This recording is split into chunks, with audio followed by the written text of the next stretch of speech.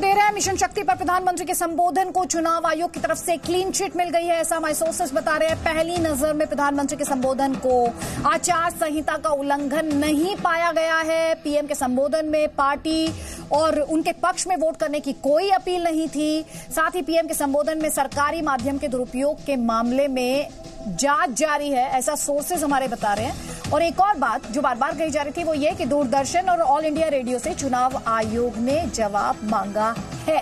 और ज्यादा डिटेल्स के लिए रुक करते हैं जी मीडिया संवाददाता रवि त्रिपाठी का। रवि, क्या डिटेल्स हैं और इसके क्या मायने?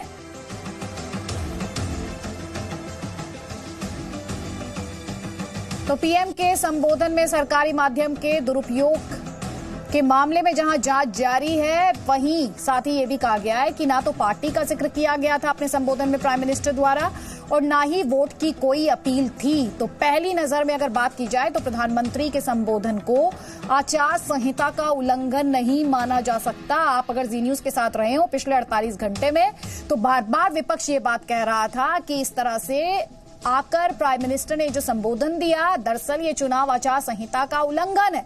लेकिन हमारे सोर्सेज ये कह रहा है कि मिशन शक्ति पर प्रधानमंत्री के संबोधन को चुनाव आयोग की तरफ से क्लीन चिट मिल गई है, क्योंकि ना तो इस एड्रेस में पार्टी के लिए जिक्र किया गया था और ना ही किसी तरह की वोट की अपील थी। रवि, माना जाए क्लीन चिट और इसका क्या असर?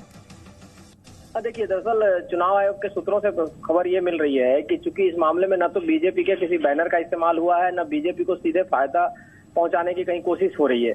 चूंकि ये एक प्रोसेस के तहत काम हुआ है और इसमें साइंस से जुड़ा मामला है, सिक्योरिटी से जुड़ा मामला है, इसलिए इस पर बैन नहीं लगाया जाएगा और इस पर कोई कार्रवाई चुनाव आयोग नहीं करेगा। लेकिन चुनाव आयोग ने जानकारी के तहत डीडी और एआईआर से इन्फॉर्मेशन मांगी थी कि भाई क्या आप लोगों को जानकारी थी और किस तरह से आपने इसको किया लाइव। तो इसमें खबर ये आ रही कि कहीं ना कहीं प्राइवेट यूट्यूब चैनल के जरिए इसको लाइव किया गया है।